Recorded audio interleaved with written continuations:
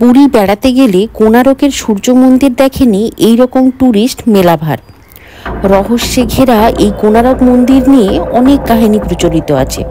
তার মধ্যে অন্যতম হলো এটি একটি মন্দির হওয়া সত্ত্বেও মন্দিরে পুজো হয় না, আর কারণ হিসেবে জড়িয়ে আছে একটি 12 বছরের ছেলের আত্মহত্যার কাহিনী। তাহলে চলুন আজ এই কোণারক মন্দিরের ইতিহাস জেনে নেব, সাথে কিভাবে যাব, কি দেখব, কতক্ষণ লাগবে পুরো জায়গাটি ঘুরে দেখতে, সবকিছুই জেনে নেব এই একটি ভিডিওতে। তাহলে চলুন শুরু করি আজকের ভিডিও।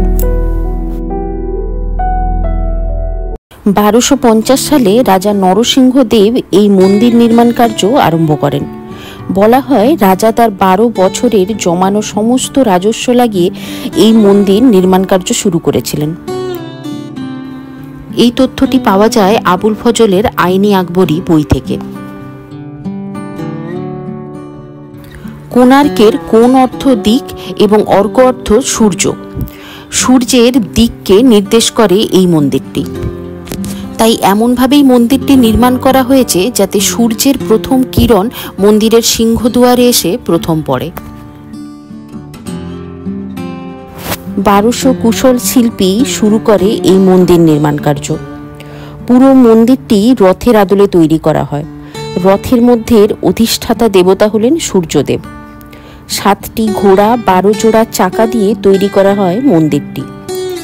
7টি ঘোড়া সপ্তাহের 7 দিনকে এবং 12 জোড়া চাকা দিনের বিভিন্ন সময়কে প্রতিস্থাপন করে। এই চাকাগুলি সূর্যের সাথে সময়কে নির্ধারণ করে বলে এগুলিকে ধূপঘড়ি বা সূর্যঘড়িও বলা হয়। এই চাকাগুলির নিদর্শনই ভারতীয় মুদ্রার মধ্যেও দেখতে পাওয়া যায়। বলা হয় পুরো মন্দিরটির পাথরের খাঁজে খাঁজে চুম্বক স্থাপন করে তৈরি করা হয়েছে মন্দিরটি। মন্দিরের সিংহদুয়ারে একটি পাথরের স্তম্ভ আছে, যার উপরে সিংহ, তার নিচে হাতি এবং তার নিচে মানুষের মূর্তি বসানো আছে। এখানে সিংহ হলো দম্ভের প্রতীক, হাতি হলো সম্পদের, তাই মনে করা হয় মানুষ দম্ভ এবং সম্পদের দ্বারা পিষ্ট হয়ে চলেছে। কিন্তু এই অকল্পনীয় সুন্দর মন্দির নির্মাণ কার্যটি এতগুলি কুশল শিল্পী 12 বছরেও সম্পন্ন করে উঠতে পারছিল না।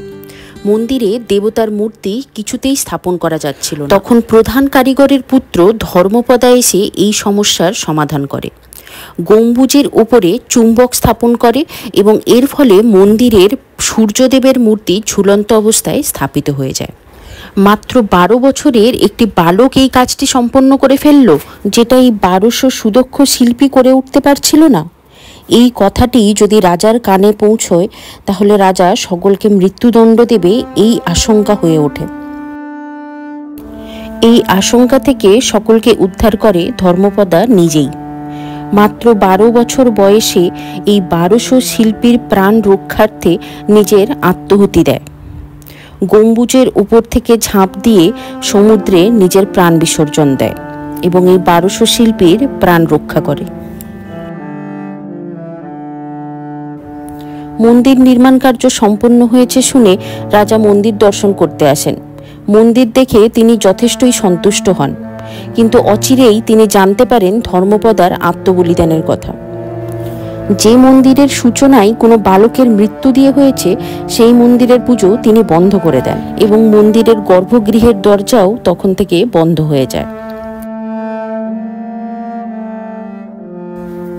এর পরবর্তীকালে পর্তুগিজরা এসে এই মন্দিরে ভাঙচুর ও লুটপাট করে এবং মন্দিরের বিগ্রহ সূর্যদেবের মূর্তি চুরি করে নিয়ে যায়।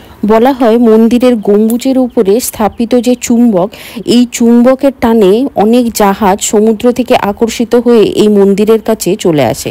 এই কারণে পর্তুগিজরা এই চুম্বকটি ভাঙচুর করে বের করে নিয়ে যায়।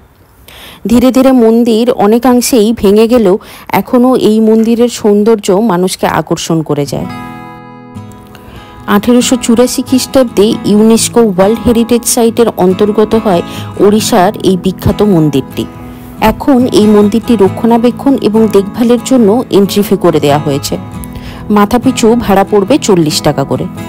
পুরো মন্দিরটি ঘুরে দেখতে আপনার ঘন্টা 2 সময় তো লেগেই যাবে। পুরী থেকে মাত্র একটি বাসে করে চলে আসতে পারবেন এই কোণারকের মন্দিরে। ওটিডিসির ট্যুর কাউন্টার থেকে বাস বুক করতে পারেন এই জায়গাটিতে আসার জন্য।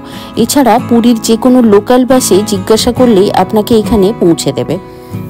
তাহলে পুরী বেড়াতে গেলে এই কোণারকের মন্দিরটি কিন্তু অবশ্যই দেখে আসবেন। আজকের মতো ভিডিওটি এখানেই শেষ করলাম। যদি ভালো লেগে থাকে তাহলে সাবস্ক্রাইব করে পাশে থাকবেন। দেখা হবে অন্য কোনো পর্বে নতুন কোনো ভ্রমণের কাহিনী নিয়ে। ধন্যবাদ।